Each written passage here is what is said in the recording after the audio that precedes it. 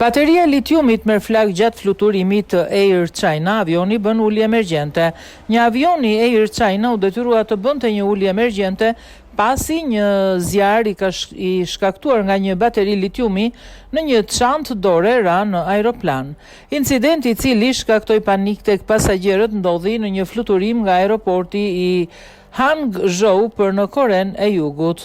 Video tregon dy asistent fluturimi që vrapojnë përreth duke mbajtur fikës zjarrin, ndërsa të tjerë u përtasin pasagerëve të qëndrojnë në vendet e tyre. Një pasagjer në fluturim tha për median lokale se dëgjoi një shpërthim të fortë disa sekonda përpara se zjarri të shpërthente. Në një postim në mediat sociale, Air China tha se një bateri litiumi në çantën e dorës së një pasagjeri të ruajtur në ndarjen e sipërme të avionit papritmas është përfshirë nga flakët. Pavarësisht panikut shkaktuar nga tymi dhe ulja e detyruar, asnjë pasagjer nuk u lëndua, tha linja ajrore.